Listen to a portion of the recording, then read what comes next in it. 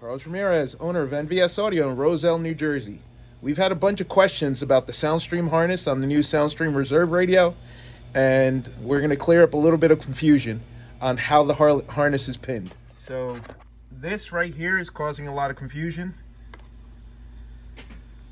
It's actually a mistake from the factory.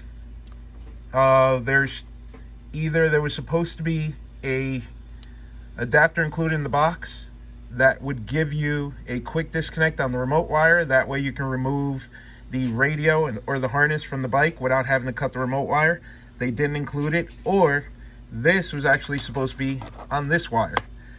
The reason I think this was supposed to be on this wire, and either way it's a mistake because they don't include this connector in the box, but I'm going to show you how to take care of that. So this is the Soundstream Reserve harness for this radio. You can order it with or without the handlebar control module. We do not offer it that way in our shop. When you order the radio from us, it comes with this and this already included, because who wants to change their radio and lose their thumb controls? That just doesn't make sense. So if you opt not to get this module, I've had clients reach out and call me because they didn't know it was separate, and another dealer sold them the harness without the module. The radio will not power up. So if you see the way that this works, you notice that this is the factory Harley harness side. We have our constant power, our ground, our speaker wires. We have our CAN bus lines, but there is no red wire coming out of this side because the Harley turns on the factory radio through CAN, so there is no accessory wire.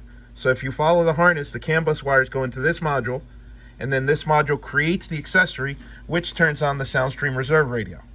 So if you did not have this module, it would make sense that this pigtail be pinned on this red wire, and I'm going to show you why. Okay, so we have the harness with the hand control adapter removed, no thumb controls. If you notice, the bike's on, but the radio is off. You notice the radio screen is completely off. So now we have the factory blue harness over here. This is a female connector, and then the receptacle on the bike is also a female connector, so you couldn't plug it in if you wanted to. So if you get the adapters which we stock, which gives you double male adapters, one would go on that side. That's the accessory harness. And then if you plug the other side into the blue, this is how I know the harness is pinned wrong. The radio still doesn't turn on. So what we've done, because we take these off all the harnesses when we prep these radios, we've added it here to the accessory wire that feeds into the radio harness. So this bike doesn't have hand controls, so of course, without the CAN bus communication to enable the radio to turn on, the only way you can get this radio to turn on is feeding power to the red wire, which you could do. What we've done is we've moved this adapter, we've cut it off, moved it here, and then we're going to run that to our amplifiers. So once you plug this in, now you see the radio comes on. So this is only if you got it without the thumb controls. This radio is not going to power on. The only way to get it to power on is by powering this red wire. So this over here is the accessory harness. Street glides have it, road glides have it. It's the purple and blue wire. It's a 2-pin connector, so you have ground on the first pin. You have purple and blue, which is your accessory power. It connects directly to your cigarette lighter. This is also where you tap power for your heated grips. So plug the male in there. If you're trying to do this yourself, you have to cut this wire, then move this connector to here, or you just splice directly into there. But if you want to make it plug and play, go like that. Now the radio power's on. So now, if you did get the hand controls and you don't need to do this, you can order a harness like this, plug it in here, plug it into the blue wire, and then this will make your amp remote turn on, plug and play, and quick disconnect. So the reason that would be useful is, let's say I wanted to remove the harness from the bike. So now I would disconnect it here. I would disconnect it here. But now I'm still tied to my amplifier through the blue wire. If you add the quick disconnect to the factory harness, you can just unplug it, and now the whole thing can be removed from the bike. So if you want to use this, you can order the Metra BC 9718, and that'll give you a pigtail that you can solder onto this and then make your own quick disconnect to your remote turn on of the amplifiers. If you got it without the hand controls, then you would have to order 2 of these because it only comes with 1 male, and you'd have to create a double male. Cut this connector off, move it to the red wire, and I don't understand why you'd go through all that trouble, but let's say your hand control broke and you want to ride out for the weekend while you wait for a new one. This is a quick fix to get the radio turned on. You just won't have hand controls. So you move this connector to the red wire and solder it. You remove your hand control, plug one side in there, one side in here, and your radio will power on.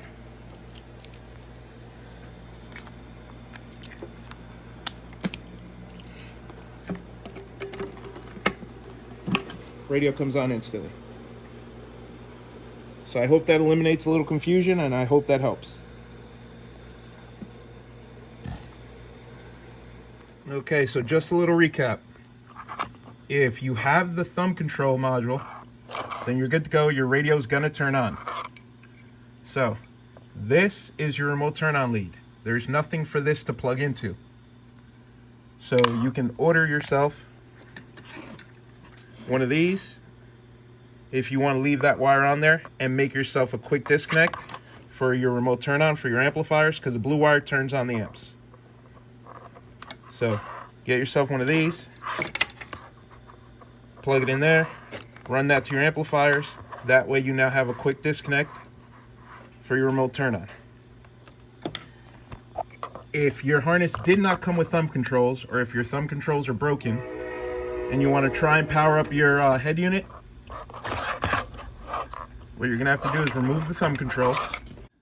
With the thumb control module removed, you want to tap into that red wire right there. And then you want to take that wire over to your purple and blue and tap it to the accessory harness on the bike. That will make the SoundStream radio power on, so you could use it until you get this replaced. Or if your thumb controls don't work, or maybe you have a police bike that didn't come with thumb controls, then you don't need this. Then all you got to do is power up that red wire with accessory. If you can't find the 2-pin connector, just tap it to the purple and blue at the cigarette lighter. It's a safe place to tap it, no confusion, and then the radio will come on. So putting this connector here was a mistake during manufacturing. It was either supposed to include a pigtail, so your amplifier wires quick disconnect, but what I believe truly happened was this wire is supposed to be cut and insulated, and this connector was supposed to come on the red wire. That would make more sense, and it would make even more sense if this was male instead of the female. That way it could plug, I don't know if I'm saying that right, but it would have made more sense if it came this style. That way it can plug directly into the accessory harness. But doing it this way made absolutely no sense at all. Hopefully the second version takes care of that. It'll either come with a pigtail for your remote turn on, or it'll come on the red wire, or both. It would be nice if it had both. That way you can have a quick disconnect on your remote turn on wire, and then you can have a direct connection into your accessory plug. So that would be a really nice upgrade.